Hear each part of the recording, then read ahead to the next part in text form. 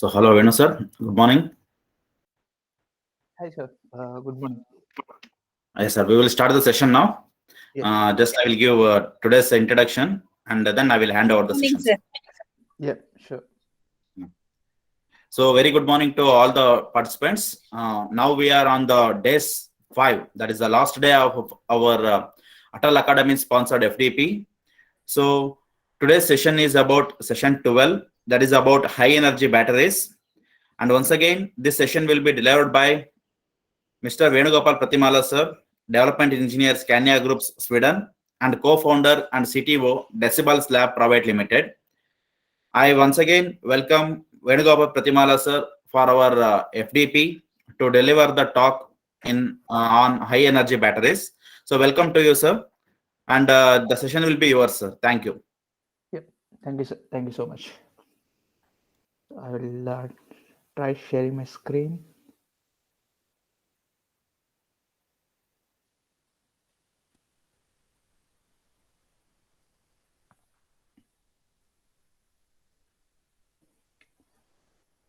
I hope you all can see my screen.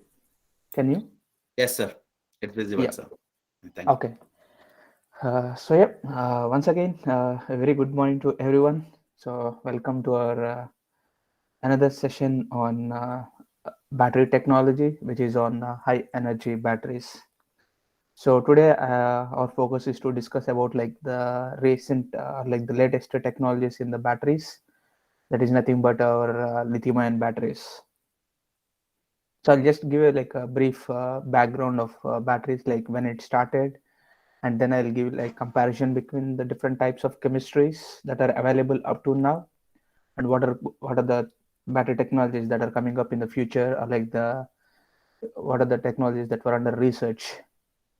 And also I will talk about like some cell terminologies which are important to be understand when we are talking about like high energy batteries for our traction applications, for electric vehicle applications. After that I'll try discussing about like characteristics, how this batteries characteristics depends upon like various parameters such as like resistance, or like the temperature, or the state of charge, or the depth of discharge, and also about like the self discharge characteristics. And yeah, so these are the important things which we have to understand like when we are discussing about the battery technology. So yeah, without waiting, we'll start our session. I'll Yeah, anyhow, you know me, so I don't want to explain about myself again. So yeah, we'll directly start with the battery development. So we all know like our first battery technology that we have is like lead acid. So before that, like we have to understand what exactly is a battery. We all know that it is like an electrochemical unit which converts one form of energy to another form of energy. So here, what exactly the battery or the cell? Okay, so here like don't get confused with like the cell or like the battery. So both represent the same thing. So what exactly they are doing is like they're converting one form of energy to another, which is basically like electrical energy to the chemical reactions, or from the chemical reactions to the electrical energy. So that's what's happening in the electrochemical cell. So these electrochemical cells are divided based upon their working principles. Like electrochemical cells are like electrolysis and all these things. Within electrochemical unit, like within electrochemical series, they're again divided into like two types or like three types. One is like a primary and the secondary batteries. So when we say like the primary batteries, they're like uh, non-rechargeable batteries, or the reactions that takes place in those batteries is like irreversible reactions, which means like those reactions can't be taken place in the reverse direction. So that's why they're called as like primary batteries. So the best example for those is like our double A size, or like triple A batteries that we'll be using in our like TV remotes, or like the toys and all these things. So they're like the primary batteries. Coming to the secondary batteries, they're called as like rechargeable batteries, because in those cells or the batteries, the reversible reactions takes place. So the examples that comes under those Secondary batteries is like our lead acid batteries, nickel cadmium, nickel metal hydride batteries, lithium ion batteries, and the future batteries that are going to come up. So if you go back to like the past, so our this battery technology started around like 1859 with our first like lead acid batteries. So you can see here like this is the first technology that we have, and we know more about like this battery technology, lead acid battery technology, because we'll be seeing these batteries in our daily life. For example, if you take your cars, so there will be like a lead acid battery which will be used for like starting your car. And yeah, and if you take your tractors or something like inverters in our houses, so something somewhere you will be finding these lead acid batteries. I hope everyone might have seen these batteries. Sorry.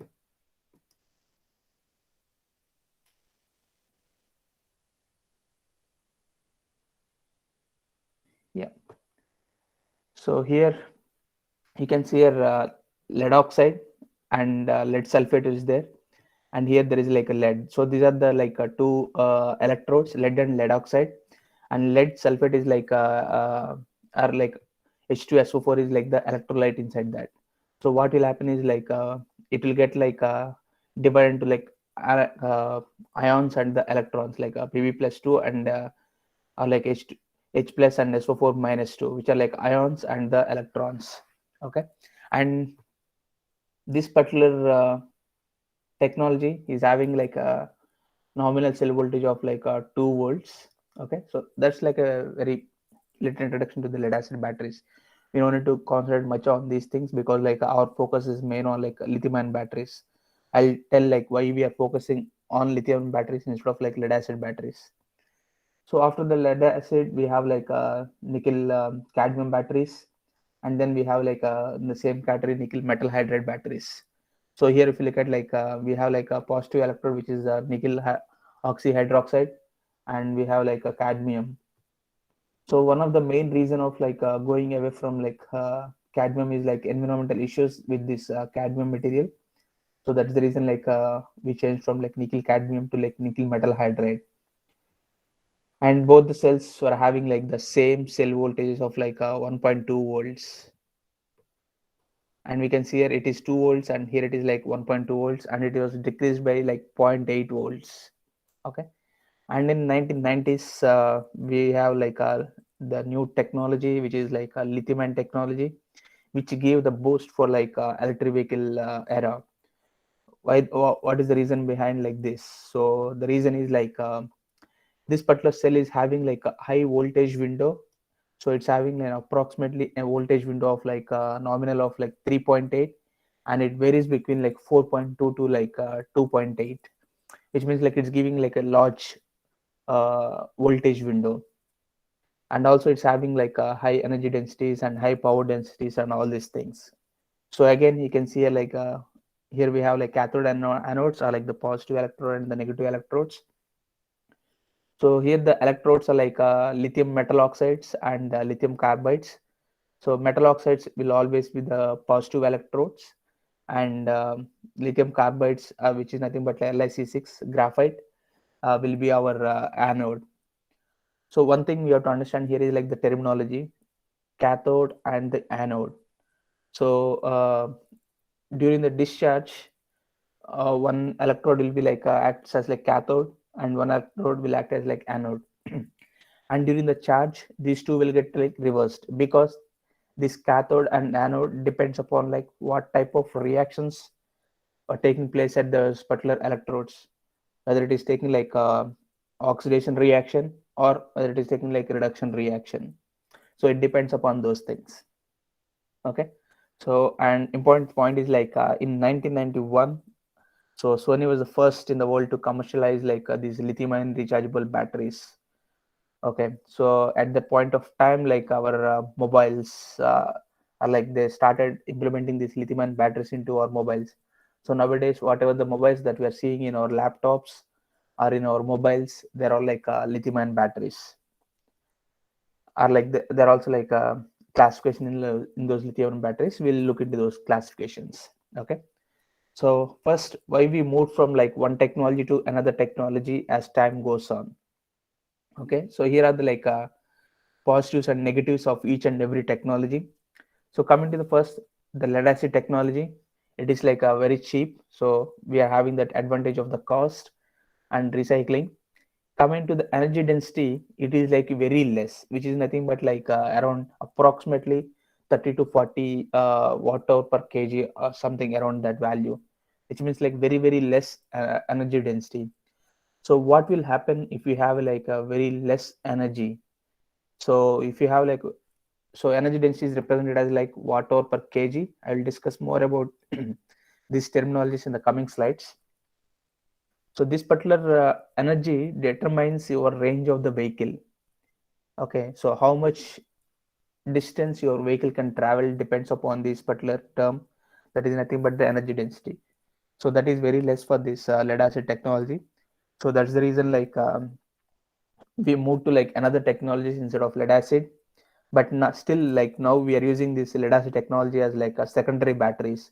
If you take your combustion vehicles, uh, we are using this lead acid as like a starter battery because it can give like a huge amount of discharge currents within like less span of time, whereas lithium ion battery technologies are not able to like give like a high amount of currents for like a little span of time. But still like they are considering lithium ion batteries for like these applications like secondary as like starter batteries. Still research is going on that side, but lithium ion batteries are applied for like traction applications. Okay, so that's the main advantage and disadvantage of lead acid batteries. So that's the reason like we moved to like somehow we have to increase this energy density, and that's where we moved from like lead acid to like nickel cadmium battery. So the advantage of this nickel cadmium battery is like the temperature and the lifetime. So it can stand for like high temperatures, and the temperature window is like very high, and the lifetime also it's more. But the thing is like the weight and the environmental issues with this cadmium material. So why I'm talking weight is like here we have another term, the same term like watt hour per kg, which means like if you take like 1 kg of active material, it has to give like a high energy. If it is giving very less energy for 1 kg of material, then which means like you have like less energy density. So it's having like some issues with the weight, and also like environmental concerns. Yeah, for this is one of the major reason of moving from like nickel cadmium to nickel metal hydride. So here the advantage of coming to metal hydride is like the power density. So that's the main advantage. So similarly energy density is giving your range, which means like your vehicle range depends on the energy density. Similarly, power density means your vehicle performance. So your vehicle performance in the sense like your acceleration of the vehicle, torques, everything depends on like this power density, or like how much max speed that you can achieve within like less period of time. So you will say like when you buy your car, you will say like, okay, my car can reach like 100 kmph in like 2 seconds. So if vehicle is like taking like 2 seconds, that depends on like how much power that battery is able to give. If the battery is having like high power, then only we can reach those accelerations or like those speeds or like those torques and everything. So in that way like the power density is very important. But still this power density and energy density are like less as compared to like other technologies, which is nothing but our lithium ion technology. So that's the reason like we got like boost over here for electric vehicle applications, because these the main advantage of lithium ion technology is like high energy density and high power density compared to these three technologies. So we can have like a high range and high performance from the vehicle, as well as we have like a large operating voltage window and similar temperature windows were there. Okay, so this all made us choose lithium ion battery technology and made us like okay, go with like electric vehicles. And there are also like other reasons like why we are not concentrating on the combustion vehicles, because of the greenhouse gases that were generated from the combustion vehicles and all these things. But I don't want to go on that side because our main focus is like on the energies, right? So yeah, there will be always like the secondary reasons for everything. So yeah, we'll focus on the major things.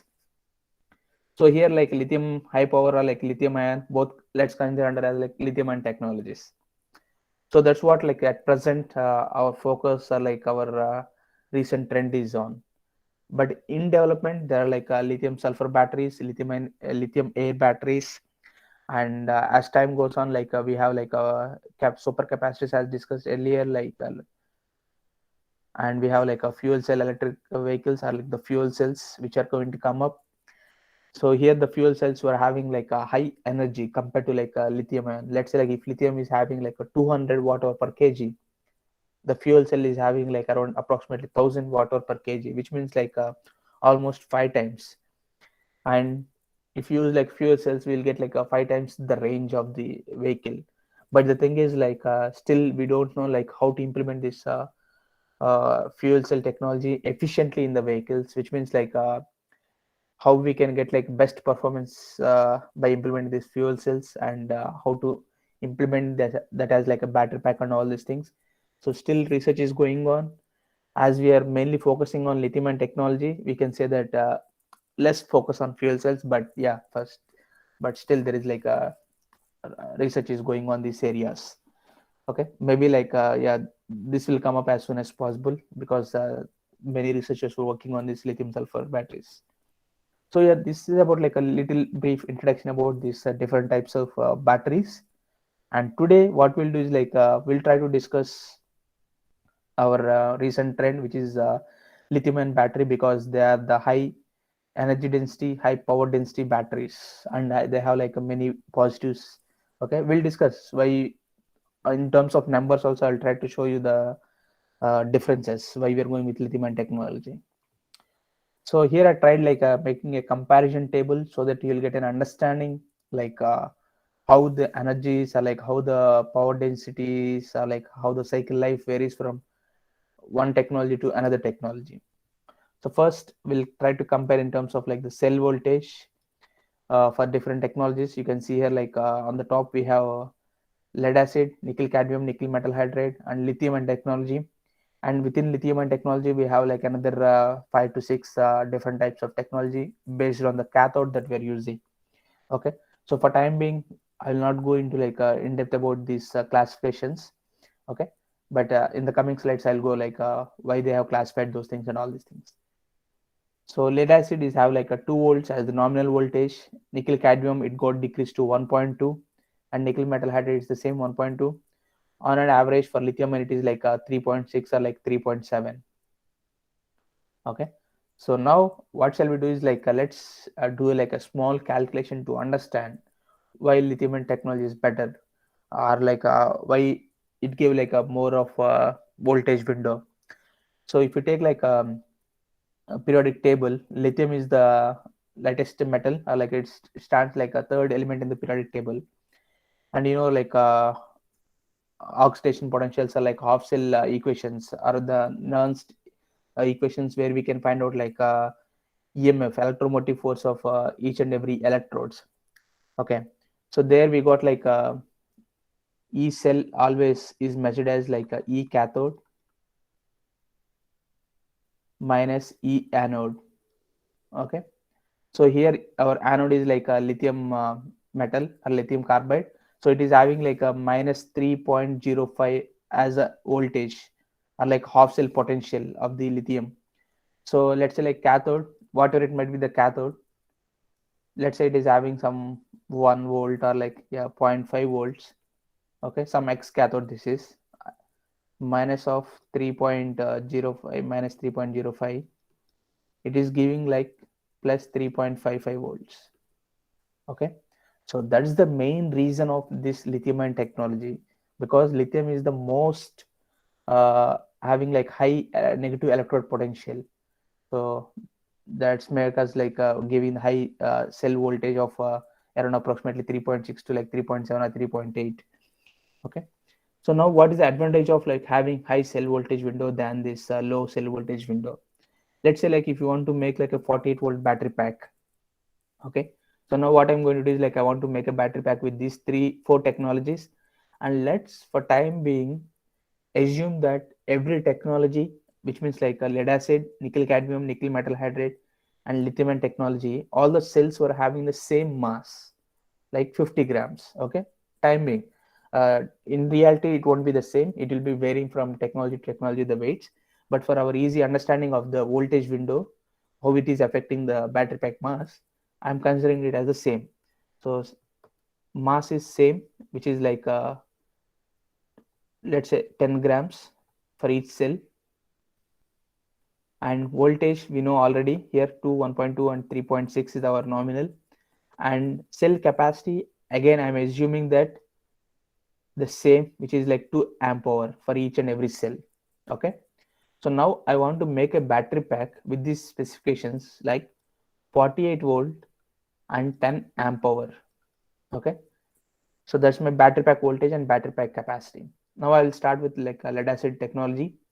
So in order to get like 48 volts with the lead acid, I have to connect like 24 cells in series, because always the voltage will increase in series. So 24s, which is nothing but 24 cells in series. And as I told you, like two cells in parallel, we have like a 10 ampere we need, so it will be like 5p, because always the current varies in parallel. So now we need like 24 into 5, which is nothing but 120 cells in total to make like to achieve this particular battery pack of 48 volt and 10 amp hour. So 120 into 10 grams is like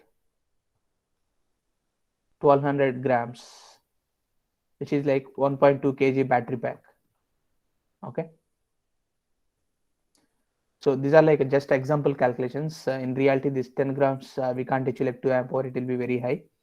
Okay, and now coming to the nickel cadmium or nickel metal hydride, as they two have like both same voltage, we'll do for one. So as it is like a 1.2, we need to connect like almost 40 cells in series, because 40 into 1.2 is like 48 volts, and to reach like a 10 amp hour we have to connect like 5 cells in parallel. So total will be 200 cells.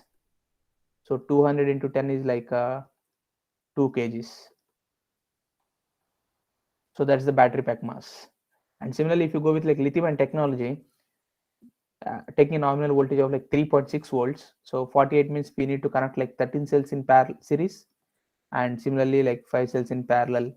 So 13 5 is like 65 cells, and into 10 is like 650 grams, or like 6 point, yeah, sorry, 0.65, right? Yeah, 0.65 kg. Okay, so now we can understand here like it is 1.2 kg, it is 0.65 kg, and it is like 2 kg. So here we are carrying like a less battery pack mass but the same amount of energy. But here we are carrying like a high battery pack mass for the same amount of energy.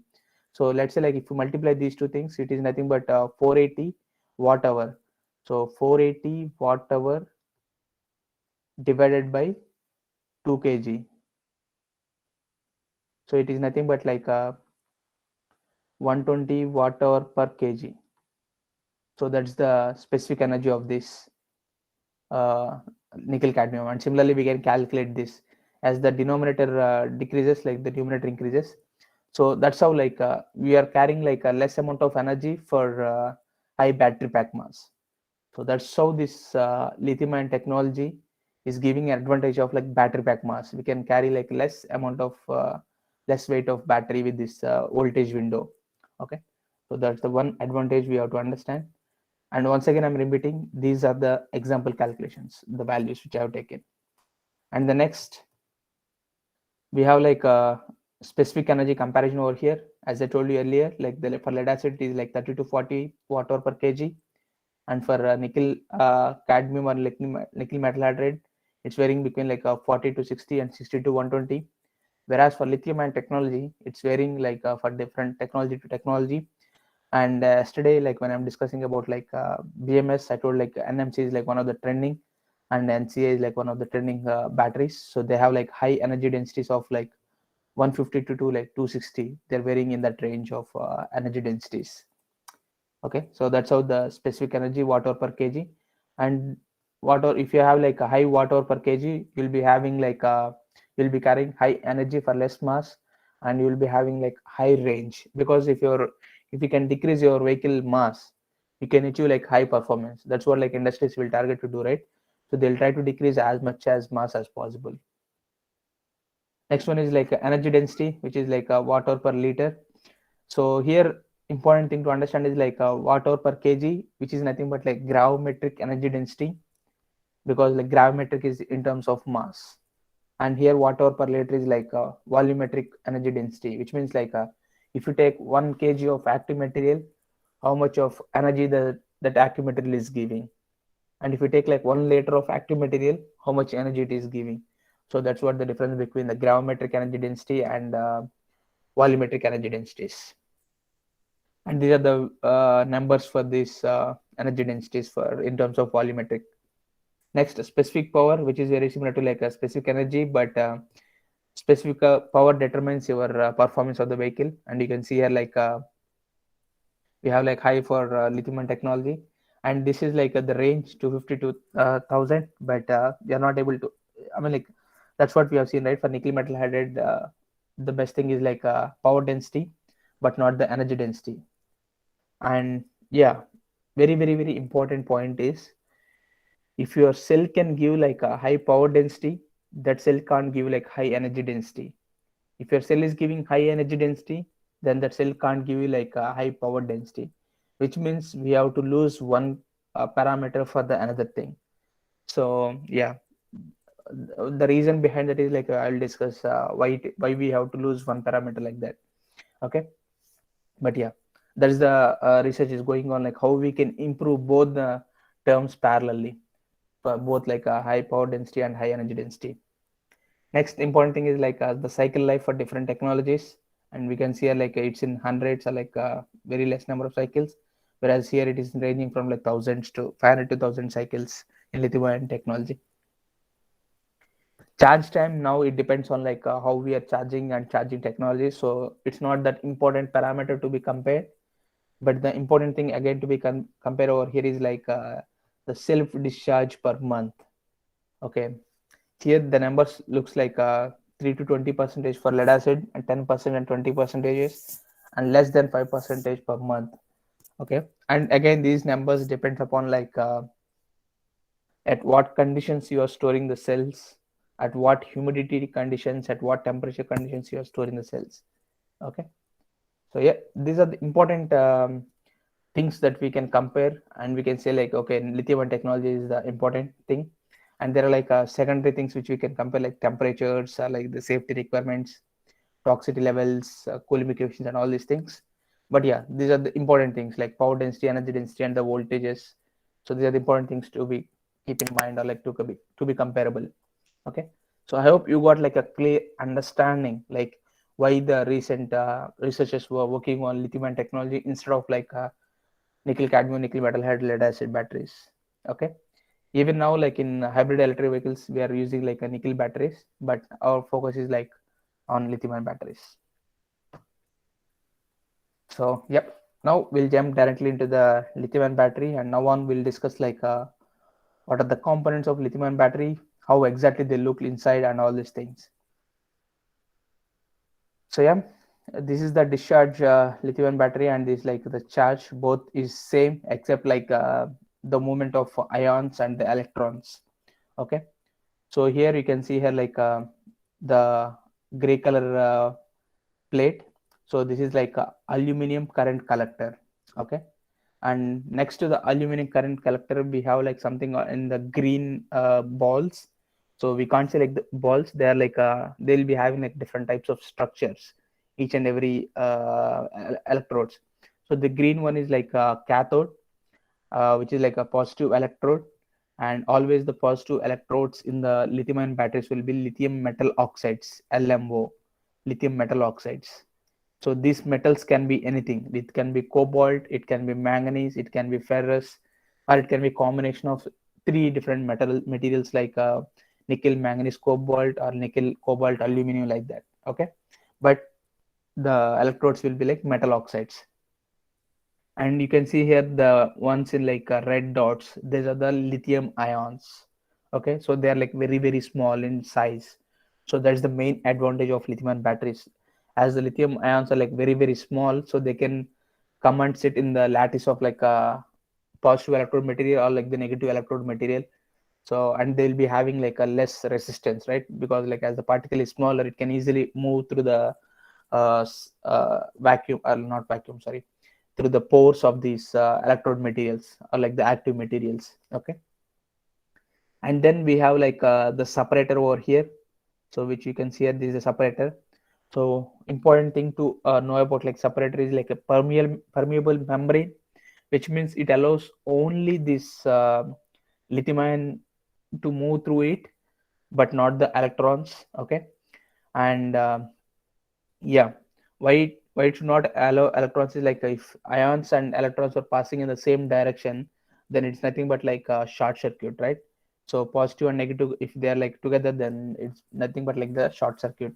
So that's the reason you can see here like lithium ions are moving here. And what is the reason of this movement of lithium ions? It's the concentration gradient, which means like at one side there has to be something, right? Like let's take like water, why it is traveling from like one place to another place in the rivers, because there might be some kind of difference, maybe height difference or like pressure difference between the two areas, or like there has to be some gradients between these 2 points, then only there will be always the flow. So here there is like concentration gradients between these positive electrode and the negative electrodes, and that's the reason like lithium ions are moving from one side of the electrode to another side of the electrode. Okay, so yeah, and both the lithium ions and the electrons will always move in the same directions during the discharge and charge, which means, so if lithium ions are moving from like a positive electrode to the negative electrode, the electrons also will move from like positive electrode to the negative electrode, because always we have to maintain the balance in the cells. Okay, but they will take like two different paths. The lithium ion will go in like a inner path, which is nothing but like a through the electrolyte and through the separator, whereas these electrons will go through the, will have like a copper wire connected to our load, so they'll pass through those copper wires. Okay, so that's like the outer path or like a secondary path. And you can see here like we have some kind of liquid, or like I won't say liquid kind of thing, but yeah, blue color thing, which is like a electrolyte. Okay, so in lithium ion batteries we are using like lithium LiPF6 hexafluoride. So we are using this as electrolytes, and yeah, different chemistry, I mean like different researchers were trying like different electrolytes and all these things. And as moving on, we have like here the another structure. By seeing this structure we can say that that is like the graphite structure, because we know like graphite structure will be like something like this, because it is 6 carbons, right? So we have like C here, and we have like 6, so we can go and connect these things. So yeah, so this is like a graphite structure, and this is nothing but our negative electrode. And then we have here like orange color sheet, which is nothing but our current collector, which is copper. So always on the negative side we'll be having like a copper current collector, and on the positive electrode side we'll be having like a aluminum current collector. Okay, and during discharge, always lithium ions move from like positive electrode to the negative electrode, and yeah, and in the charge it will happen reverse direction. Okay, so that's about like a basic introduction to the components of lithium ion batteries. Now I will try to show like how exactly, I mean like this is like an visualization, like but I will show like in reality how the cell components will look like. So these are the images which I have taken from like Etaplan, one of the uh, company who are working on like batteries. So you can see over here like this is the 18650 cell. Okay, so yeah, for timing I'll just give in like a short introduction what exactly mean by 18650, because now in market when we go to buy cells there will be like different types of cell nomenclatures. So if you say like 18650, so 18 stands for like the diameter of the cell, and 65 stands for like a height of the cell. So if you take this cylindrical cells, we have like they'll be looking something like this.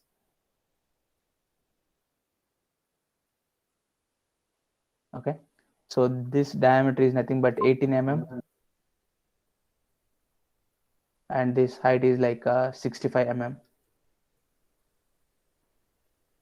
Okay, so once if you know like the dimensions, we can find out the volume, and if you know like the amount of active material that goes inside the cell, then we can calculate like watt hour per liter, which is nothing but like our volumetric energy density. So yeah, that's how these dimensions will help us. And yeah, and we also have like 21,700 cells, which is nothing but like the diameter is 21 and height is like 70. So this is the recent cell size that the Tesla is manufacturing. And if you see their Tesla models, they have implemented like 18650 cells. Yeah, and yeah, you can see here like these are the cell has been like dismantled, and you can see here like this is the jelly roll or like jelly roll, we usually call, like the chemistry people, they usually call it as like the jelly roll, which is like combination of separators and the electrodes, current collectors, and the electrolyte. Okay, and you can see here like the separator soaked with the electrolyte. And the important thing is like the current anode and cathode. So as I told you, like always on the anode side, sorry, cathode side, which is nothing but a positive electrode, we'll be having like aluminum current collector. So this is the aluminum current collector, and here we have like anode, which is like having copper current collector. Okay, so this is how exactly it will be, and we'll be rolling them like first what we'll do is like we'll keep a layer of a negative electrode, and then the separator soaked with like electrolyte. I mean, like we'll be keeping like some droplets of electrolyte, and then we'll keep our like a positive uh, electrode, and then like we'll try to, here we'll be having like another separator, and here we'll be having like separator. So now what we'll do is like we'll roll them such that it forms into like a bundle like this, and this bundle will go inside this casing. Okay, so this is how exactly this cylindrical cells looks like. So now I'll try to show you like another cell components, which is nothing but our prismatic cell. Okay, so now we have seen like previously cylindrical cell, and now we are talking about like prismatic cells. So the cells are again classified based on their shapes. Okay, so these are like three categories. One is cylindrical cells, one is prismatic cell, and the another one is like pouch cells. Okay, so the cylindrical is something like this. They have like hard casing material like aluminum casing. Okay, we can see over here like the thickness of the casing is like very high, because these cells will be having carrying like a high amount of energy, or like yeah, high capacity cells. Okay, and we can see over here like after removing the jelly roll from the casing, it looks like this, and we have like here the positive and negative terminals. And yeah, this is how exactly the jelly roll looks like, and the top layer is like white layer is like the separator soaked with like electrolyte, and we'll be having like the sheets.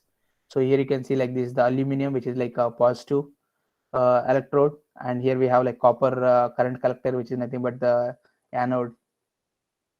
Okay, and this will be like this is like a book. Okay, so if you consider your first page as your separator, and your next page as like your positive electrode, and third page as like again the separator, and the fourth page will be your like negative, and the fifth page will be separator, and go on like if you stack them together, so the cell that formed will be like the prismatic cell. Okay, so yeah, this is how exactly this prismatic cell looks like.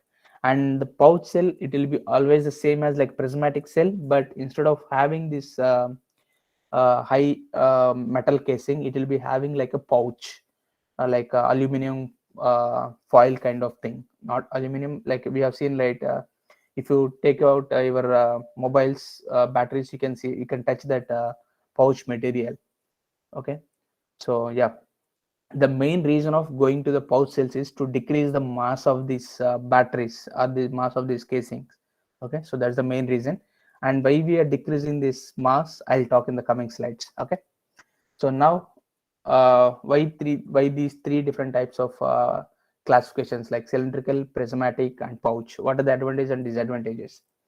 So when we take like cylindrical cells, we should talk about like efficiencies, like efficiency in the terms like packing efficiencies. So how many number of cells that we can pack in a given area. So if you look at like this is like a 1 meter and 1 meter. Okay, so let's say like we can pack like only 4 cells. So if you look at over here, we have like a space left over here. We have like space in every corner because like they're cylindrical, right? So we have like spaces, which means like our volumetric, sorry, our packing efficiency is less in these cylindrical cells when we are using like cylindrical cells. But the advantage of this is within these gaps we can implement the cooling channels. So if you get like chance to look at like a Tesla battery pack, they'll be having like cooling channel something like this. Okay, and they'll place the cells over here. So the main aim is like to fill these gaps with the cooling channels so that we will not be wasting the space. So that's the advantage of this. Whereas coming with the cylindricals are like prismatic cells, we can directly place them like this, right? So we can place like more number of cells in a given area, which means like they have like a high packing efficiency. But the thing is, there is no like proper space for like cooling. We have to somehow design like cooling channels to decrease the temperature in the battery pack. So that's one of the disadvantage of this. But yeah, as we have like good cooling technologies, it's working good like the prismatic batteries. And the pouch will be always the same.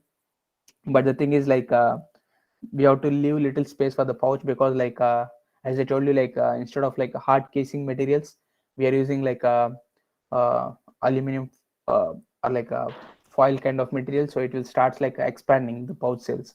So we have to provide some kind of spacing between the cells. Okay, and yeah, there will be like a pressure like we will be applying on the cells while we stack the cells and all these things.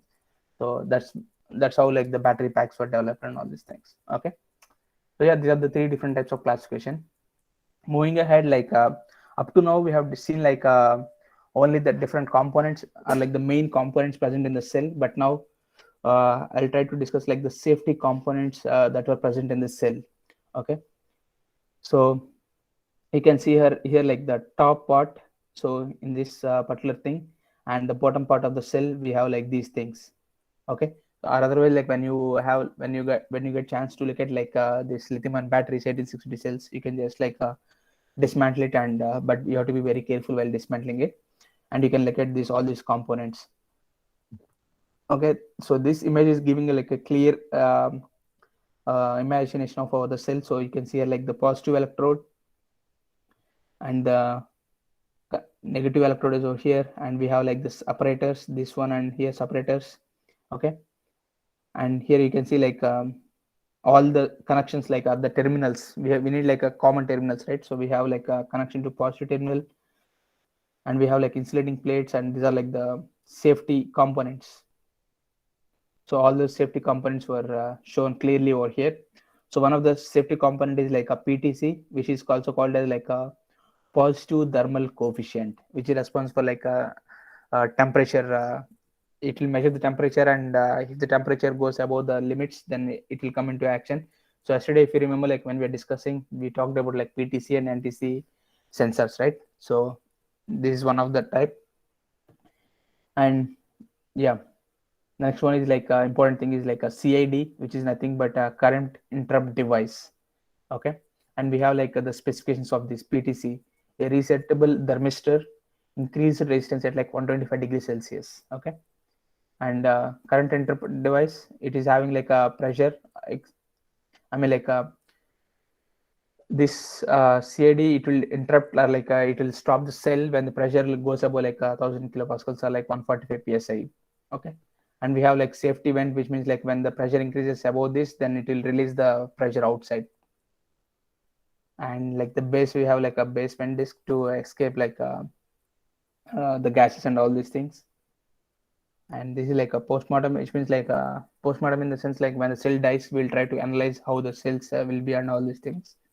So this is like due to some reason, due to thermal runaway or something, the cell might have uh, died, or like it might something might happen to this, and this is the image how it looks. Okay, So these are the some of the safety components which you have to keep in mind that will present in the cell also. Okay. Yeah. So these are the components, and now we'll discuss like classification of lithium ion batteries. So as I told earlier, they are classified based on the electrodes that were used in the cells, basically like positive electrodes and the negative electrodes. So now I'll try to give a comparison, based on the positive electrodes and the negative electrodes, and what are their applications where we can use those things. Okay. So the first is like lithium cobalt oxide. So in general, it will be like LCO, lithium cobalt oxide, and this is like lithium, like chemical naming. So it is having like a high energy density, but safety issues. It is mostly used in like our mobile phones. So you can, yeah, most of the cells will be having this chemistry, lithium cobalt oxide chemistry, and it is the one of the first technology, lithium ion technology, that has been implemented.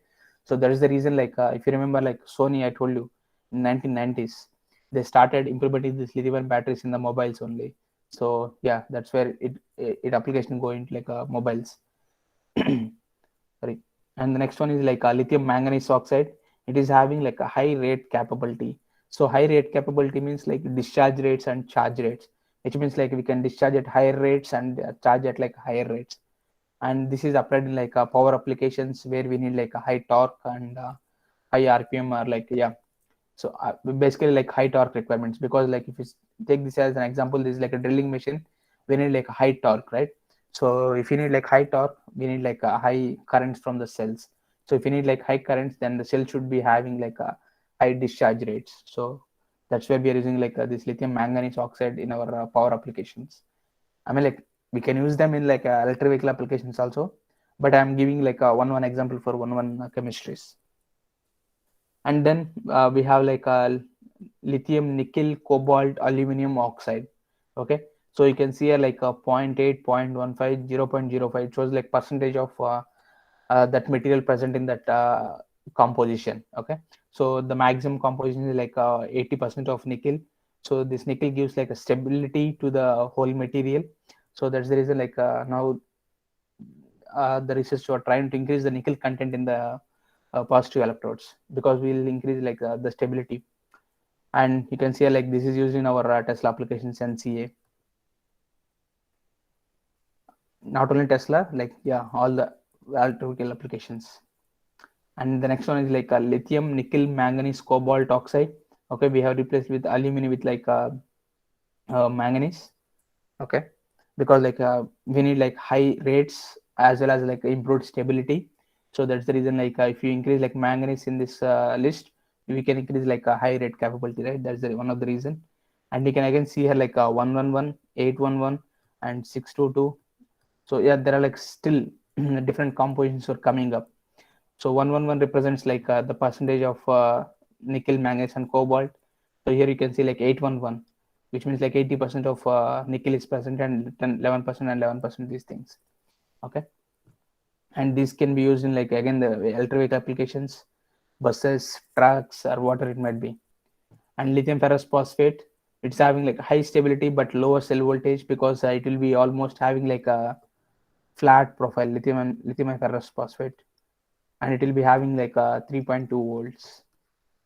Okay, so that's the reason it is having like lower cell voltage, and it's used in like yeah, always traction applications. Okay, so these are the classification based on the positive electrode materials. Okay, and again based on negative electrodes, we have like a different classification. So the first one is like a graphite. So one of the most commonly used negative electrode in lithium ion batteries. So its generic name is like a C, because like it is just like C6 carbide. And next one is like a silicon. So this, like if you add this, we can increase like we can get like a high capacity but poor cycling, which means like the life is will be decreased. But yeah, these are like one of the important parameters. So now what is the research is like how we can combine these two things, like graphite and silicon together, and how we can increase both the life of the battery as well as like the capacity of the batteries. So that's the reason like you can say like it is 3 to 5%. And Tesla is working on like increasing the silicon content Not only Tesla, like many battery manufacturing companies, they always do like researches on these things. Okay. And the next one is like lithium titanate oxide, which is like the recent trend in lithium technologies. So here you can see like these are like positive electrodes. Here it is like negative electrode, but with the lithium titanate oxide represented as like LTO. The best thing is like it is having high rate capability, but very low cell voltages, which is very similar to our like lead acid batteries.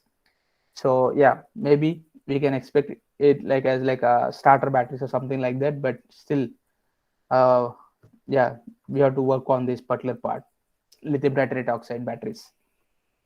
If you look at our Toshiba battery, Toshiba laptops or something, uh, I think they should have like these kind of batteries with negative electrode as like lithium titanate oxide. And finally, lithium metal. There are like safety issues regarding this lithium metal. So yeah, we are not using this, but majorly we are using like graphite as our common negative electrode. Okay. So yeah, these are the classification of lithium ion batteries.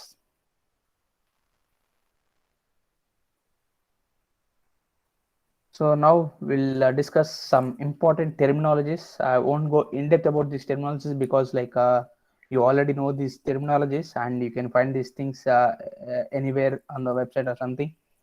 But I'll talk about like important things like important terms of these things. So one is like a cell voltage. So we all know like how to calculate the cell voltage or like what exactly it means. So it is nothing but like the potential difference between the positive electrode and the negative electrode, which is nothing but like the cathode and the anode. So that's what we have written before, like E cell equal to E cathode minus E anode, and the potentials of E of the cathode and anode are defined using like half cell reactions, which means like we have like a standard electrode, which is nothing but a hydrogen electrode as our reference electrode, and we'll try to compare our whatever the electrodes that we develop, we'll always try to compare that with our standard hydrogen electrode, and we'll try to give some potential values.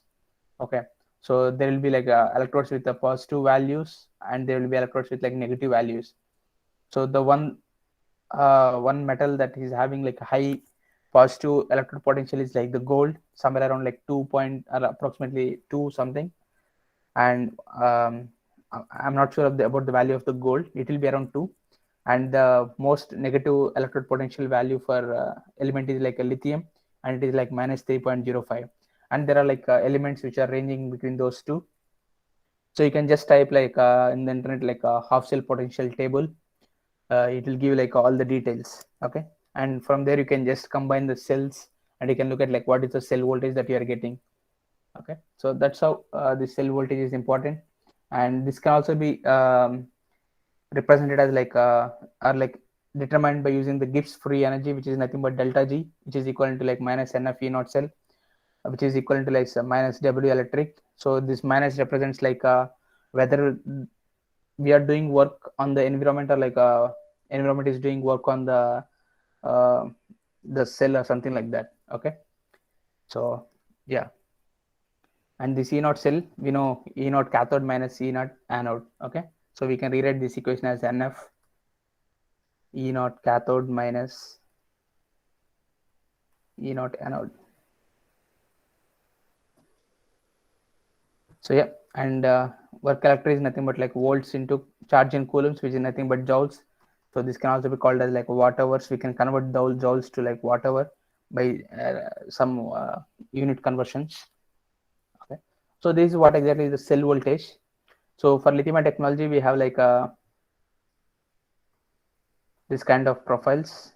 I'll talk about more these profiles in the coming session, like the second half. So ranging from 4.2 to like 3 volts. So this is how like you can calculate like at each and every point or like how we are getting these things using these equations. Okay, the next one is like a cell capacity. So it is determined here like the cell voltage is determined by the electrodes that we have selected, which means like if you selected lithium cobalt oxide and graphite or lithium metal, we have like one type of cell voltage that is achieved. Okay, so it depends upon like what type of electrode materials that you are selecting determines your cell voltage. If it is lead acid, that's why we got like 2, nickel cadmium it is like 1.2, and lithium it is like more than 3.6. Okay. Coming to the capacity, so it is determined by the amount of active materials in the cell, which means like quantity. It's not the electrode selection, it is the amount of quantity that we are keeping inside the cell. So like in terms of mass or in terms of like volume or in terms of area. So we have seen the electrode sheets, right? So they are something like this, they are like rectangular sheet kind of thing. Okay. So we'll be like coating the metal oxides on these things, are like electrode active materials on the sheets on the current collectors on the both the sides. We'll be having like current collector and be lying between the active materials.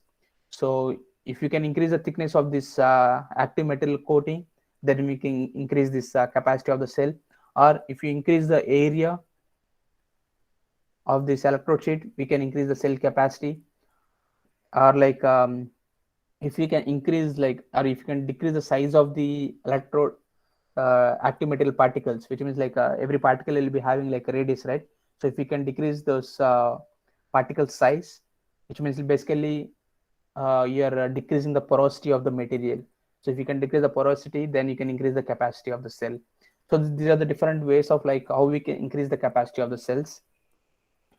So that's the reason I'm telling like the cell capacity is determined by the quantity or like amount of active materials that were kept inside the cell. Okay. So this determines like the total quantity of electricity that can be involved in the electrochemical reactions. So the unit for this capacity is like amp hours or like the coulombs. So because like this is nothing but charge, Q equal to IT. Okay. So here you can see 1 gram equivalent weight of active material will deliver 96,487 coulombs or 26.8 amp hour of capacity. So this is nothing but like a Faraday constant.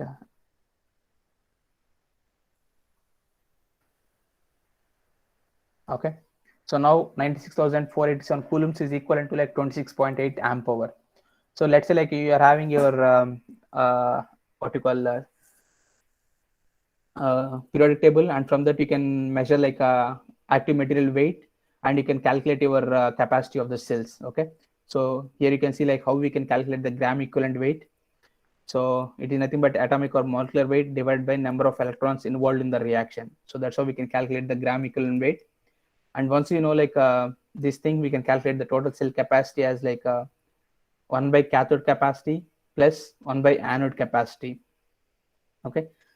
So this is how we can measure. In general, we can give it as something like this: cell capacity equal to ZF by molar mass, where Z stands for like a number of electrons that were involved in the chemical reaction.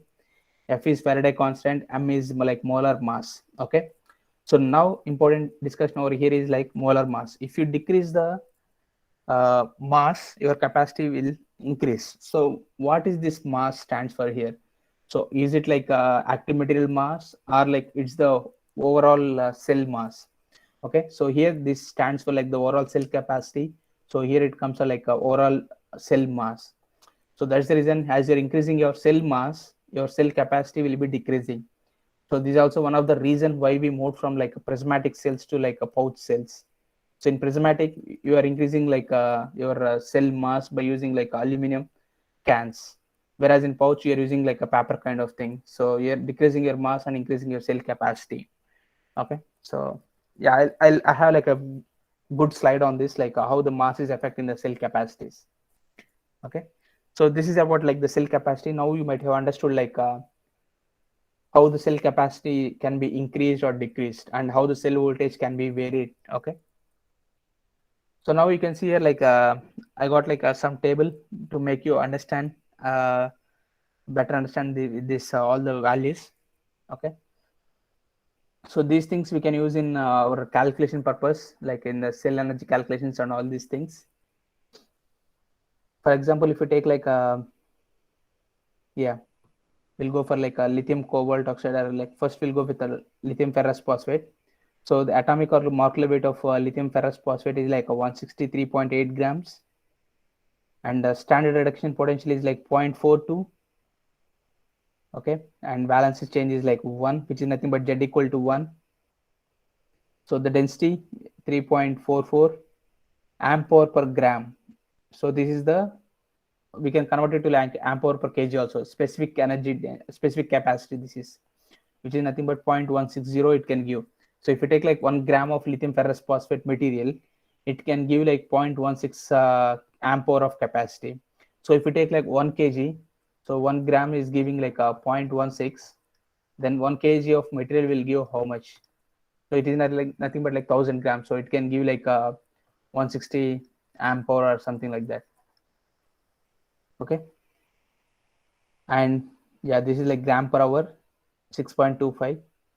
And this is like volumetric 0.554. So once if you know these values, so we are using like lithium ferrous phosphate and lithium carbide, right? I hope we have like lithium carbide here. Yeah. So you can see a lithium carbide, and the values is like 0.372 amp hour per gram. So we know like cathode and we know like anode. So in the previous, we have like the formula 1 by cathode capacity plus 1 by anode capacity.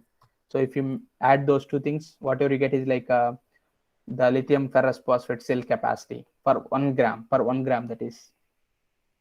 Okay. So that's how we can calculate the cell capacities. And we can, yeah, this is like an important sheet where you can analyze like a theoretical versus the real-time values. Okay.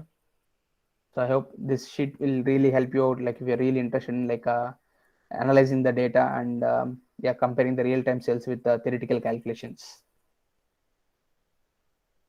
And the another important term is like the cell energy.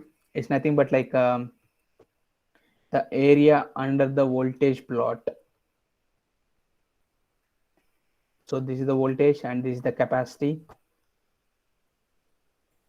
So if you measure the if you multiply this, or like the area under these two is nothing but like the cell energy, which is nothing but volt amp hour, which is nothing but watt hour.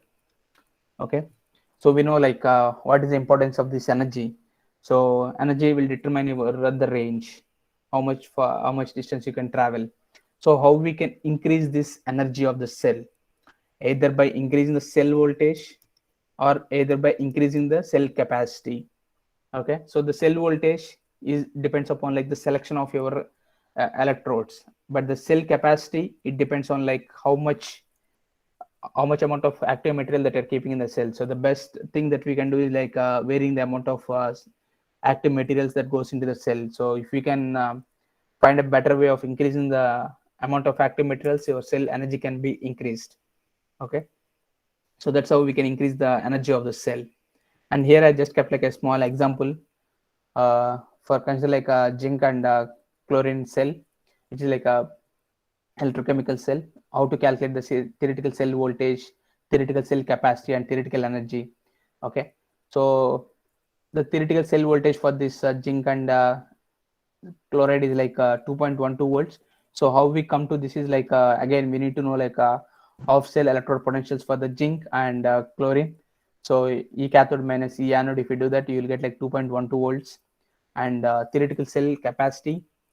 So if you look at over here, we have like chlorine we have here, and the capacity for chlorine is like 0.756 amp hour per gram. And for zinc, I think, yeah, we have over here, which is 0.82. So if you add those two things, adding in a sense like not directly adding, because like we have like 1 by cathode plus capacity plus 1 by anode capacity. So we have to do this calculation, then we will get like 0.394 amp hour per gram. Okay.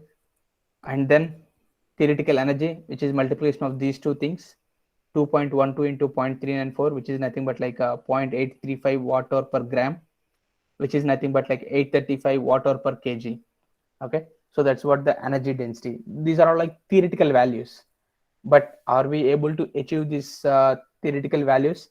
Because 835 watt hour per kg is like very, very high. If we can achieve that, then we can achieve like high ranges, but it's not possible to achieve these theoretical values. Why? What are the reasons?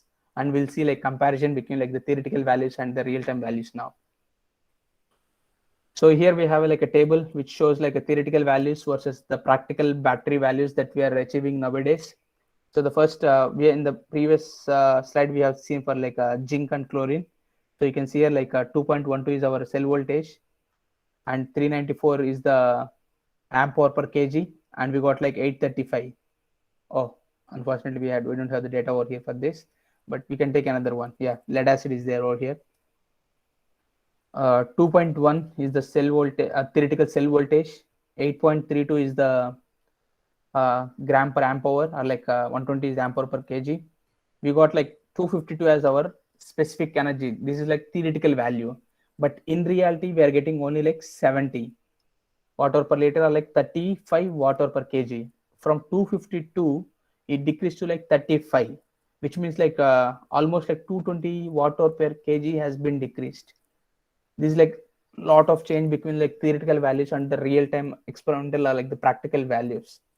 If you take the same with like lithium ion batteries, so yeah, we'll take for example like lithium manganese oxide.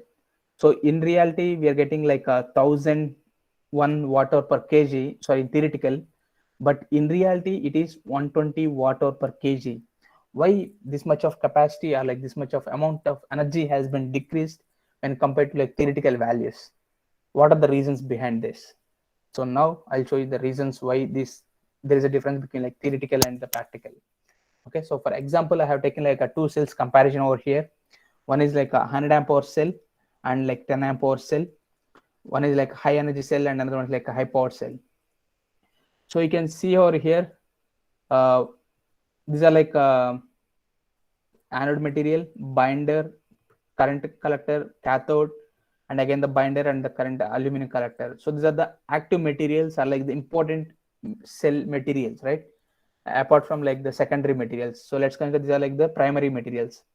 So the primary materials, the total mass of these primary materials correspond to like 70%.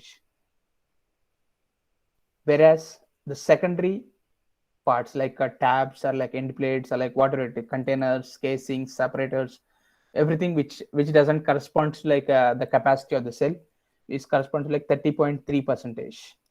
Okay, so you can see like from 70 to 30, it is in like almost like 30% of extra mass we are carrying. So that's the reason your as mass increases, your capacity will be dropping down.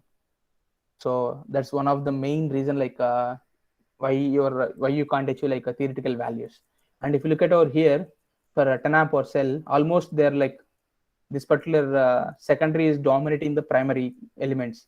So it is like 46% is like the main active materials, and 54% is like non-active materials. Okay, so in those cases, how we can achieve the theoretical values? It's really hard to achieve those things. Okay, so these are the reasons why we can't achieve like these theoretical values.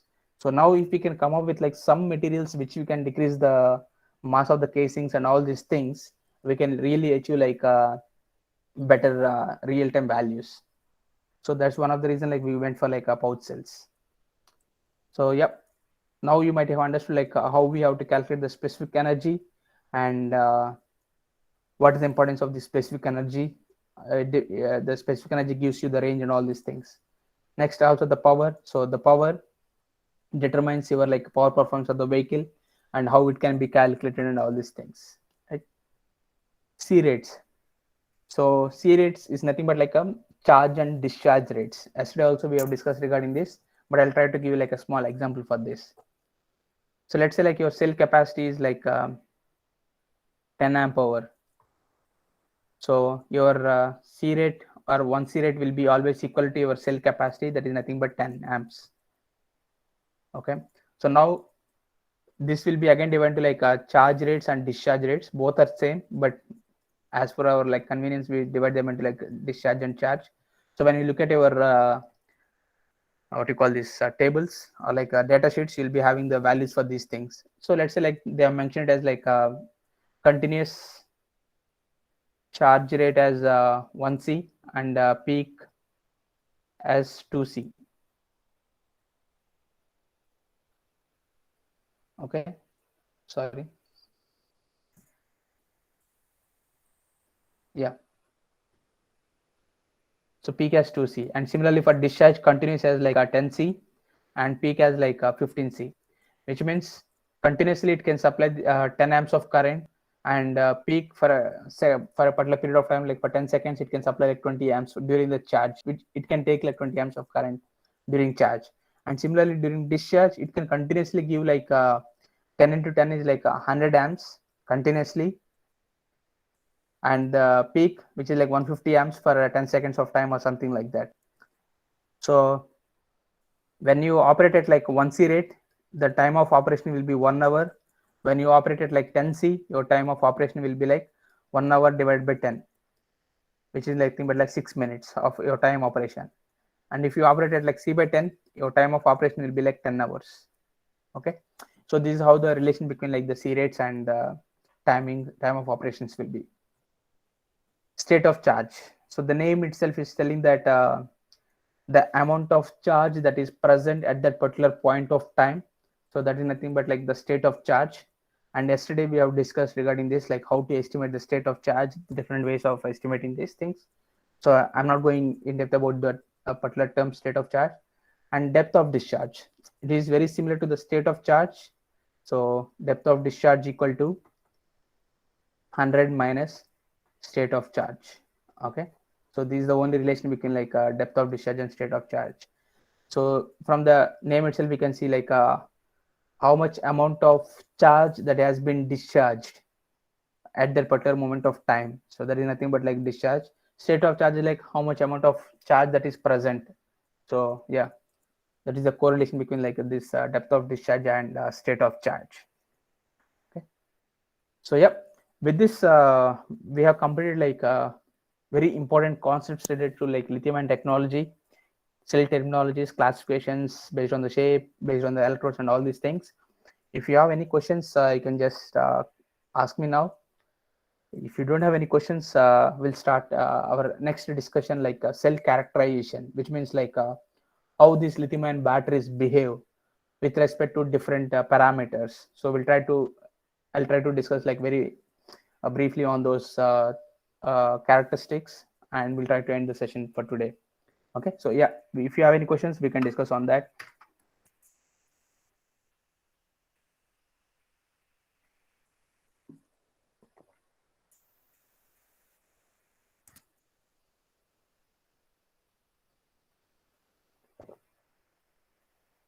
Am I audible?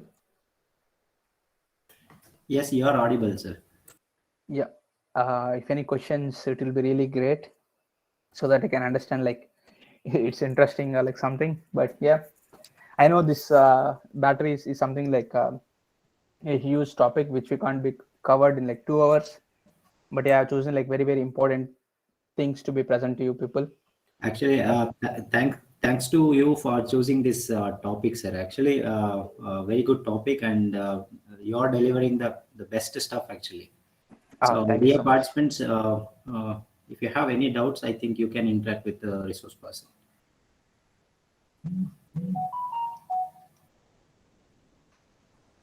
I think participants, as of now, they don't have any question. I think Yes. you can continue, sir. Let's see in the end of Yep. this. Sure. Yeah, thank you. Yes.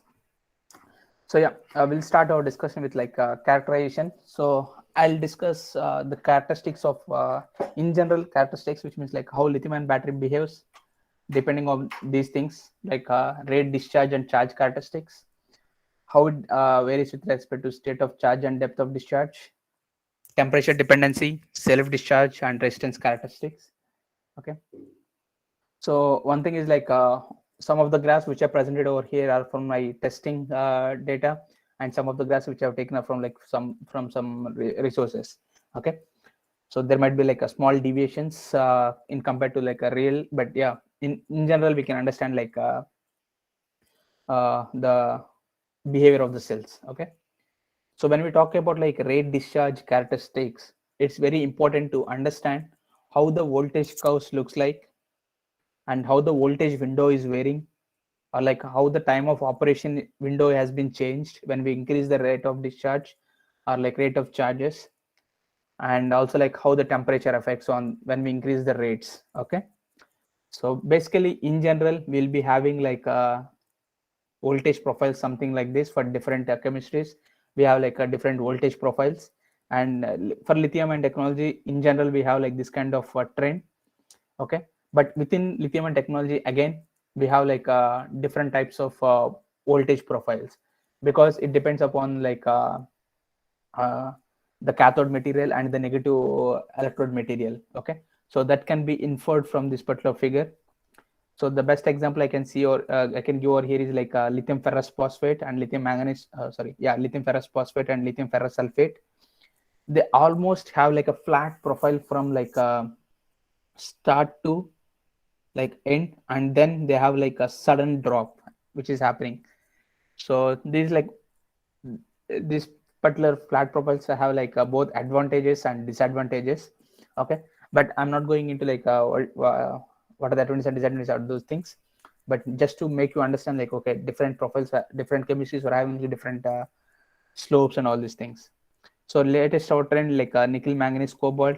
So you can see the trend, it is like a continuously decreasing slope, and and there is like a sudden drop here. Similarly for like lithium nickel cobalt aluminum and lithium cobalt oxides. Okay, so which means like for every chemistry there will be like a difference in the voltage curves, or like the open circuit, these are like open circuit profiles, OCP profiles. Okay, so now we'll see like how this will get affected by like a rate discharge when we charge or discharge at higher rates. Okay, so you can see here like 1C rate, 3C rate, and 7C rate. Okay, the main thing that we are going to compare here is like a voltage window and the operating time when we are operating at like higher rates. So the blue one stands for like 1C, 3C, and 7C. And on the x-axis we have like time, and on y-axis we have like the voltage.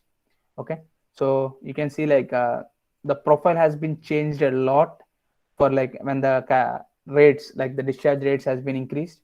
And the major observation over here is that the time of operation. So the time of operation for like 1C rate is like approximately 3400 seconds. Okay, but for as C rate increases, the time of operation has been decreased to like 1000 seconds and approximately 480 seconds or something like that. Which means if you operate at a high rates, your time of operation will be decreased, which means like the amount of energy used will be, like the amount of energy that you're using will be completed with a less period of time. Okay, so if you this operation will be done at like when you in the starting, let's say for example when you're cruising your vehicle from the start, so at that point of time you will be operating at like higher C rates.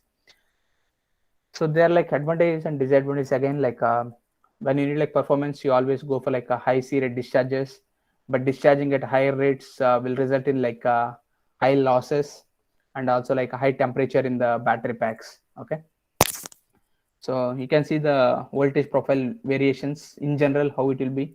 Here I'm not talking about like a particular chemistry, it is like about lithium and technology I'm talking about these things. So this is how the voltage profile variations will happen with respect to the rate. So this is like low rate discharge, medium rate discharge, and high rate discharge. So yesterday when I'm talking about like some state of charge estimation technologies, there I mentioned like voltage based technology, and in that I mentioned like we have to go with either C/50, which is like very slow C rate. The reason behind this is this voltage profiles. If you're going with like 1C rate or like a 10C rate, then your voltage profile will be totally changed, and which means like you are giving totally wrong information in your state of charge development algorithm. Okay, so you have to clearly understand these characteristics, and then you have to perform like a set of tests to get the data, and then you have to develop your batteries. So the next one is like the temperature increment on different places. One is like on the cell surface, on the positive tab, and on the negative tab. Okay, so here again like the discharges were done at like 1C, 5C, 10C, and 15C. Okay, so here on y-axis we have like temperature in degrees Celsius, and here we have like voltage, and here we have like capacity. But the important comparison over here for us is like the temperatures. So 15C is in like almost a pink color. So you can see here like it's almost reaching to from 30, let's say like from 30 to like 62 degrees Celsius. Okay, which means 32 degrees Celsius of temperature increment has happened on the surface of the cell when we are discharging at 15C. But when we are discharging at like 1C, which is nothing but this one, So it is nothing but from 32 to like 35 maybe. So 3 degrees Celsius increment. Okay, so that's how the temperature variations will be happening when you are discharging at higher C rates. Now let's see like on the positive tab. So 15C, it is giving like yeah, it's around like 30 degrees Celsius, and sorry, I think this notation, it got like a little changed. So this will be the positive tab, 15C and 10C and 5C 1C, but it didn't reach like a high temperature like 62 degrees Celsius or something like that. It is somewhere around like 45 degrees Celsius from 30, which is like 15 degrees Celsius increment on the positive tab. Whereas on the negative tab, you can see here like again it is somewhere around again the same 45 degrees Celsius or like 48 degrees Celsius, which means on the cell surface we have like a high temperature increment when we are discharging at higher C rates. And important to keep in mind over here is that on which cells we are performing this test. So here the test data which I'm presenting it to you is like the pouch cells. So as I mentioned earlier, like when you're discharging at higher C rates, the pouch cells will start like expanding, and yeah, the material is like very yeah, I told you, right, aluminum kind of material, pouch material. So there is high chance of to generate temperature on the surfaces. Okay, but if you go for like prismatic, the temperatures might be different. Okay, but in general, what you have to understand over here is when you're discharging at higher C rates, there is a chance of increment in temperature on the surfaces and on the positive tabs and on the negative tabs. Okay, so how much it is increasing, it depends on your particular application and particular cell that you're going to test and all these things.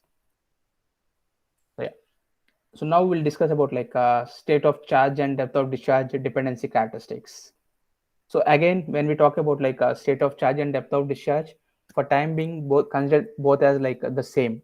Okay, so important thing to be considered over here is like how the state of charge, how the voltage curves are varying, or like what are the different regions in within the SOC window, and what is the effect in between like a 0 to 20% the SOC and 80 to 100% SOC window, and yeah, what are the charge and discharge efficiencies and all these things. Okay, so this is the one type of profile for lithium-ion technology, and you can say this is for like voltage and capacity on x-axis.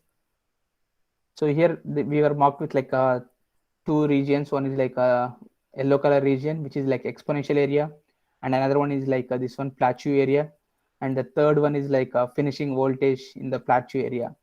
Okay, so when you keep this in terms of like capacity, sorry, state of charge, so it will be like 100%, 80, 60, 40, and let's say like 20 and 0. Okay,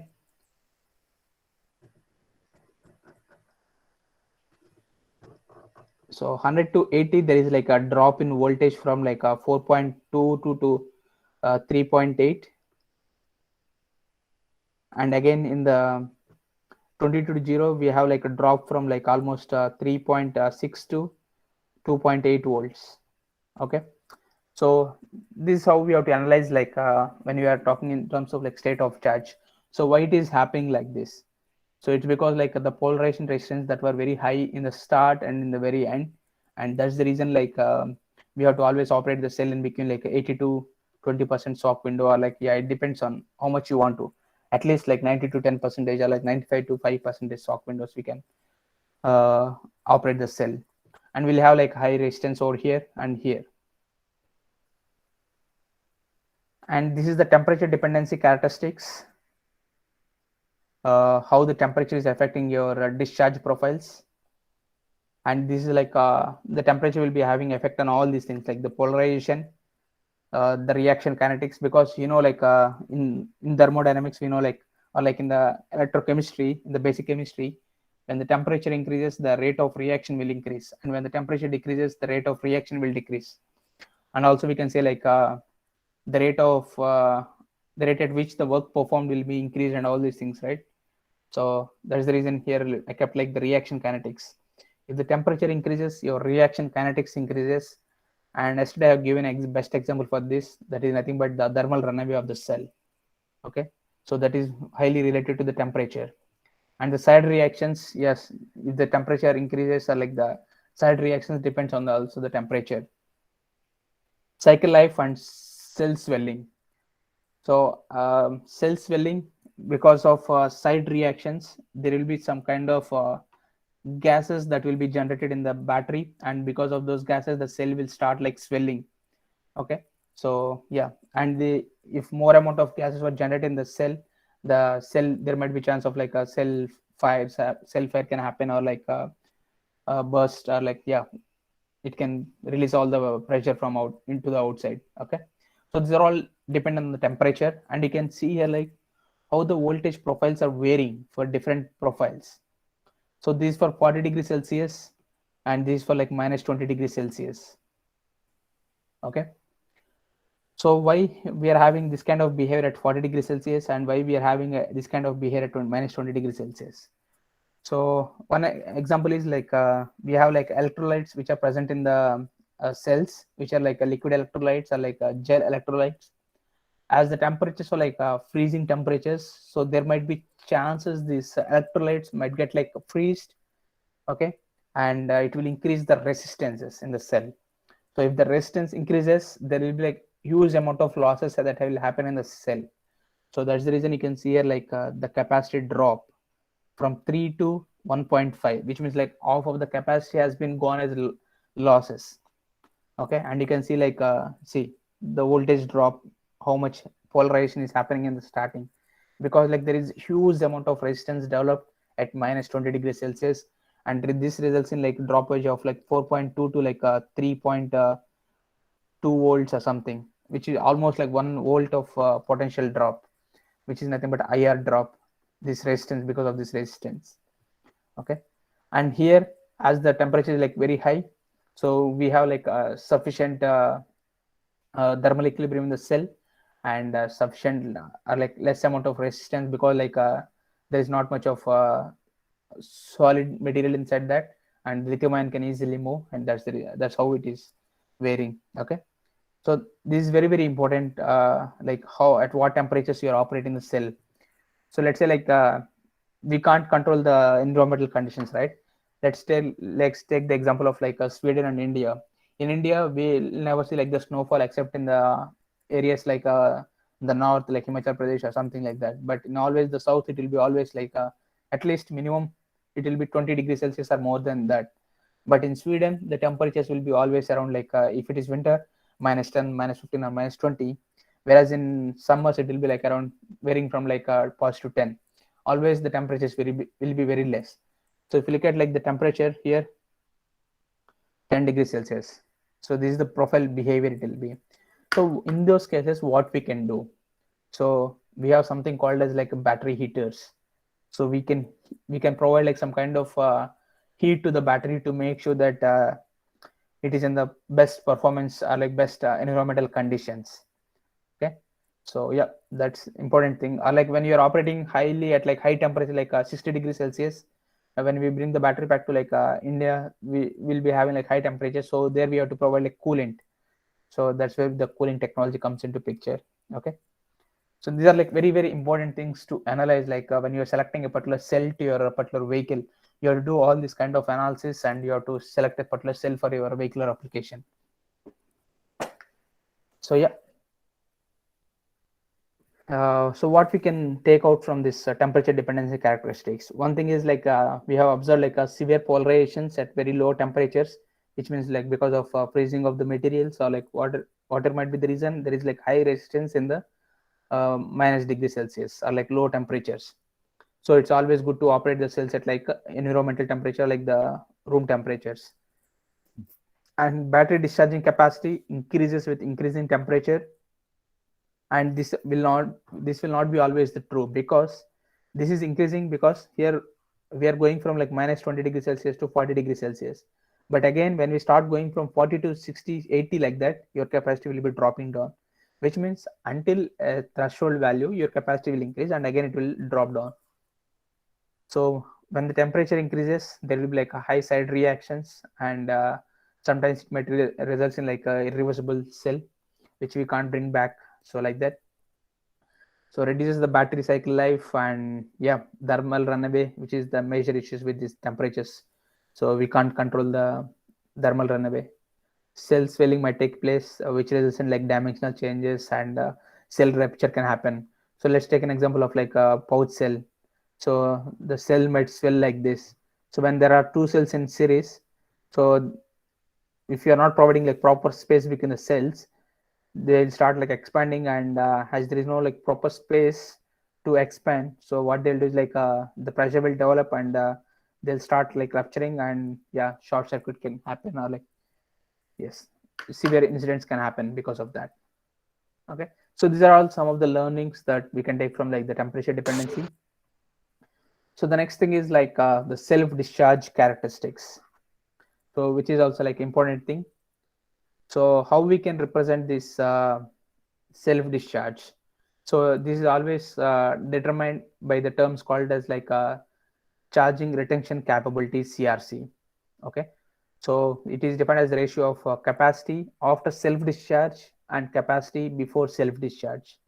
Okay, so let's say like you have stored your battery at a particular temperature and a particular humidity, and for like 1 year, and before storing the battery your capacity is like 100 amp hour, and after storage your battery capacity is like 80 amp hour after 1 year of time, which means 20% of capacity has been dropped as a self discharge. Okay, and here I mentioned like different discharge rates for like different chemistries. Least we have is for like lithium, and it depends like 1 to 3% per month, and it again depends on like at what temperatures you are storing and all these things.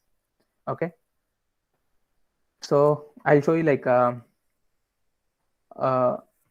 yeah, first we'll discuss the causes, and I'll show you like a graph where we can clearly understand how it depends on like temperature, and how it depends on like humidity, how it is varying. So this self discharge of the battery is mainly determined by the electrode materials, like how much the degradation has happened, and the manufacturing process that has been used to manufacture the cells, and storing conditions, and other factors. So these are something that we can't take care of, because like these are like depending on like the battery manufacturers, but these are the things which you can take care of, like storage conditions, and where we are storing, like at what temperature, at what humidity levels, and all these things. So now we'll see like how the temperature is affecting the self discharge, and how this humidity is affecting this self discharge. Okay, so here we have like different humidity levels, like 40%, 50%, 60 and 70%, but the same temperature, like 25 degrees Celsius.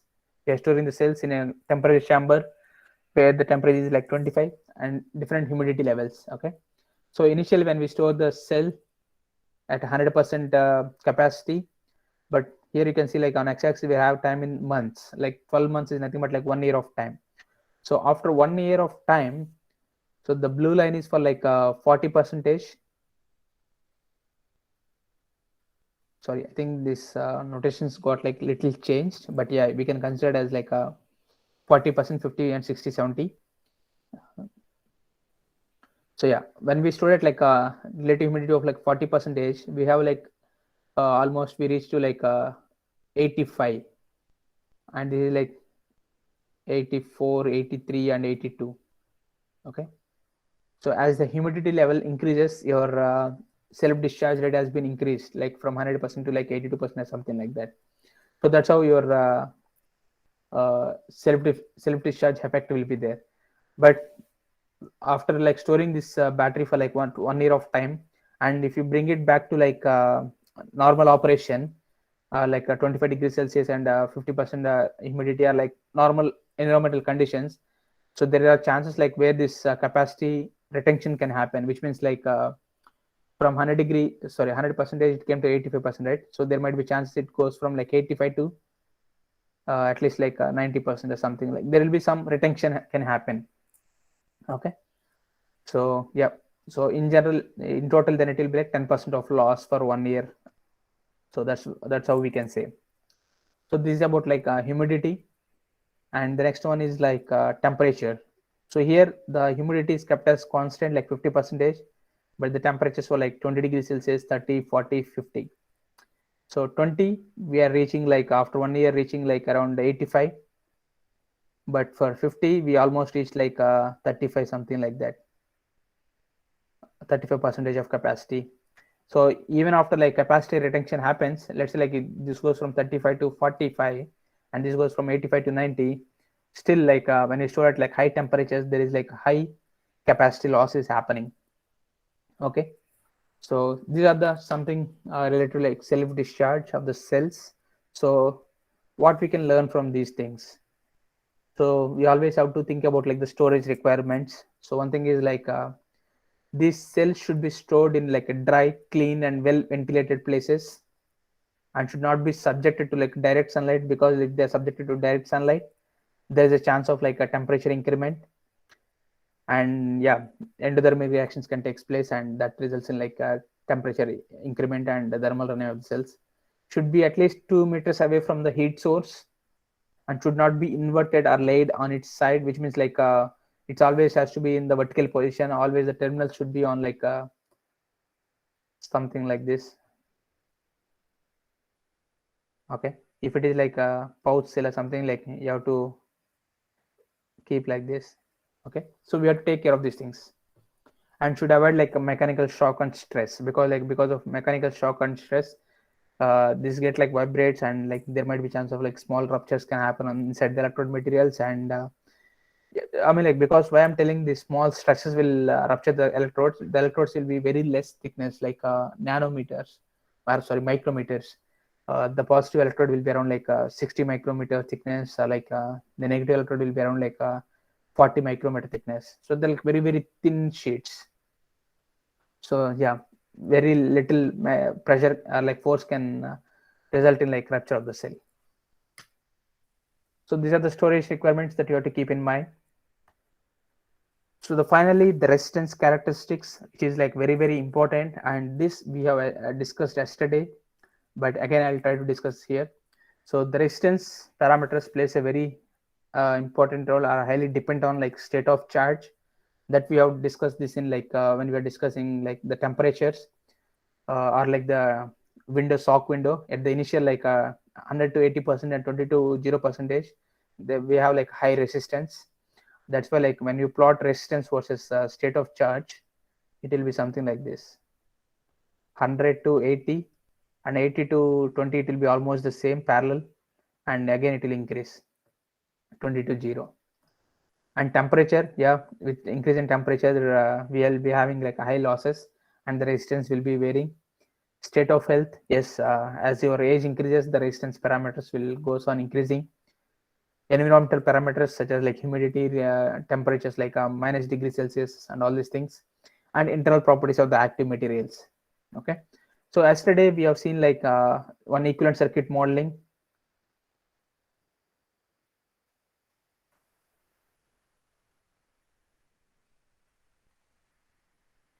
So here this is R0, C1, R1, and all these parameters are like they're all dependent on like the state of charge and the temperature. Okay, which are nothing but the resistances.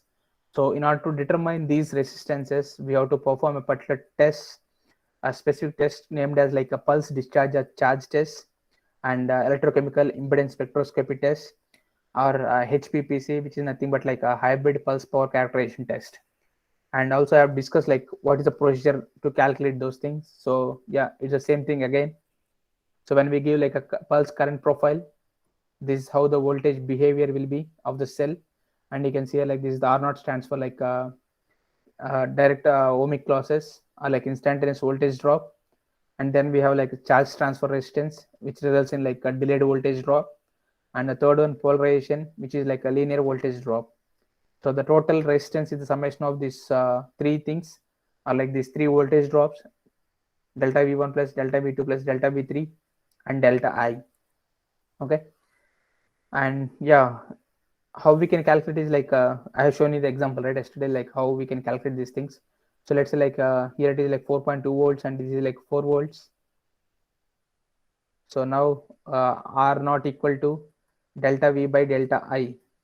So delta V here is like a 4.2 minus 4, which is like 0.2 volts, divided by, let's say like our pulse current is like 30 amps. So divided by 30, which gives us like R0 value. And similarly RCT from here to here, the voltage difference, let's say like it is a 3.8. So RT equal to 4 minus 3.8 divided by 30 amps. And similarly RP, so this is RCT, RP equal to, let's say like this is 3.6 volts, so 0.2 divided by like 30 amps. So these are the three resistance values we got. But how we can measure the capacitance values? So we know that tau equal to RC. For a RC circuit, the time constant is calculated like this. So tau constant is measured like the time that the cell is taking to come to like equilibrium position, which means like equilibrium means the voltage difference between the 2 points should be less than or equal to 1 millivolts. So then only we can say that the cell is in equilibrium. So the cell will come like this, and we'll measure like the voltage difference between these 2 points. And if it is like 1 millivolts, then we say like, okay, at this particular point of time, the cell has reached like equilibrium, and the time from here to here is called as like the time constant tau. So now you can use it here. C1 equal to tau by RCT, and similarly C2 equal to tau by RP. So the time constant will remain same, RCT and RP values will vary, and you will get like capacitance values. So after getting these things, you will implement in your model, and all these things will be done at like a different state of charges and different temperatures, so that you can form like a lookup table, like SOX, like 100%, 80, and so on up to like 0%, and minus 20 degrees Celsius, minus 10, 0, 10, 20. And this is the table for like a R naught. So you'll get like a resistance values at each and every SOC and at each and every temperatures. Okay. So these lookup tables plays very, very major role in like developing these kind of models. In order to have like high accurate models, you have to perform like you need like a large amount of test data. Okay. So yep, this is about like a little about like resistance characteristics and how we can measure those things. So yeah, with this, I'll stop the discussion over here. These are like the major discussions regarding the high energy batteries or like the battery technologies. So when you're selecting your battery for your vehicles, these are the things at least you have to understand, and you have to do calculations or like analyze the battery data and all these things. Okay. So yep, thank you so much for attending for the second day. And yeah, if you have any questions, please ask now, or if you have any questions and if you want to ask personally, so you can always mail me at like Venu @decibelslab.com, or you can always connect to me on like LinkedIn. You can just search for like Venugopal Pratimala. So yeah, anything you can do, like I'll try to respond back whenever I see the mails, and like yeah, whenever I really get the time to respond back. But for sure, like I'll respond back. Yep, thank you so much once again. Yes, thank you, sir. We have one question here. Sir, Yes. commercially available cell size are designated as A, AA, Yes. triple A. What does A indicates in cell sizes? Yeah, it's just like the dimensions, as I told you before, like 18650. So if you go back to the data sheets of that, and if you look at like what are the dimensions of the A size, they'll have like the specific dimensions.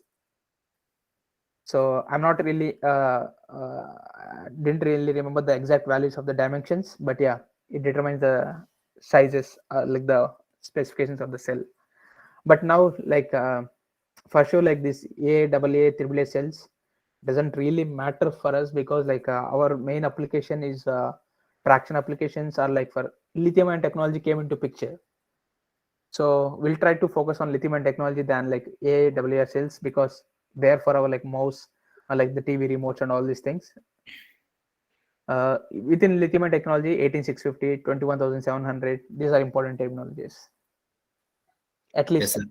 for traction applications. But in reality, like if there are, I mean, like we also have to work on like batteries for like secondary applications. So AAA and AAA are like important, very, very important, because they have been till today, we are using them in our like mouses or like keyboard applications, whatever it might be, we are using them. So they are also like part of the battery technology. Yes, sir. Thank you. We have another one question here. Why Yes. even now Microtech inverters do not have deep discharge prevention in their BMS? Do they have a BMS working to manage battery?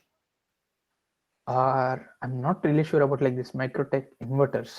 Sorry, I can't comment on that. If I really know that, I can maybe I can look into that Microtech inverters, and I can comment on that. I'm not really sure of that, at least. Okay, sir. Thank you. Sir, actually, one participant yesterday asked about that simulation. If any company providing simulation coaching classes in Hyderabad. Not really in Hyderabad. We have like online platform. So we are providing in like online courses on these simulations on all these things, which was delivered by me. So yeah, you can register for those online courses. In decibels. Actually, like yeah, in the decibels itself. Nice. Okay. So yeah, all these courses are like these are like just like introductory courses, but in depth, like how we test the cells, how we develop the models, each and every step-by-step procedure has been explained in those courses.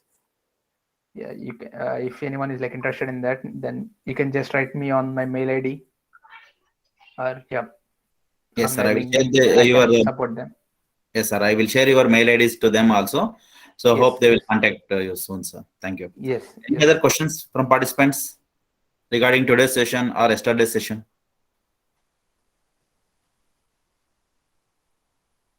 Feel free to ask the questions by unmuting yourself.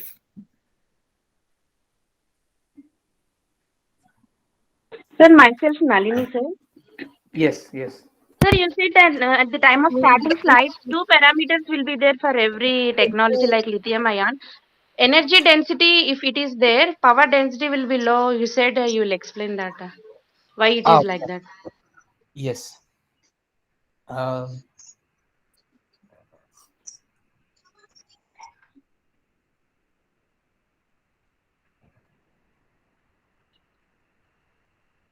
So this is how exactly like lithium ion graph looks like. So the area under this is nothing but like voltage and the capacity. Okay, and this which means like we have like high energy when we are like delivering at like 1 C rate. Okay, or at like specified C rates. But when we are talking about like performance, we need to have like high discharge rates, because power density is something related to performance, right? I told you that it will be used more in like acceleration, or like reaching high velocities within less period of time, or like high torque conditions, which means like the cells has to be discharged at high C rates. So your C rates will be decreased and the energy will be increased, which means like if your cell is prepared for like a high power rates, which means like if you are discharging at higher powers, your voltage window will be decreased and your energy will be decreased. So that's how the relation between the power density and the energy density. So if power density is increasing, your energy density will be, for sure it will decrease. I hope you got the point here. Yes, sir. Thank you, sir. Yeah, thank you. Any other questions from participants? Okay, I hope there are no questions, sir. Yep. So thank you, sir, for accepting our invitation and to come and here and deliver the sessions. And I thank Suraj sir for referring your name for these two sessions, and you have delivered the sessions wonderfully. And hope all our participants has gained very much knowledge in this high energy battery systems and also battery management system also. So we thank to you because you have taken so much of risk for us, because in the early morning or almost about 4 o'clock, you are starting your sessions from there, from Sweden. And here we are all very happy because of your sessions, and hopefully maximum people also joined. Almost all people were joined to sessions. I just thought at 8:30 maybe we get some more little participants, but we have got maximum participants at the time also. So we are very happy for that, and we thank wholeheartedly on behalf of our institution and on behalf of all the participants for your wonderful sessions. And we wish in the future also we may get a lot of sessions in this regard. So thank you, sir. Thank you for accepting our invitation. Thank you so much.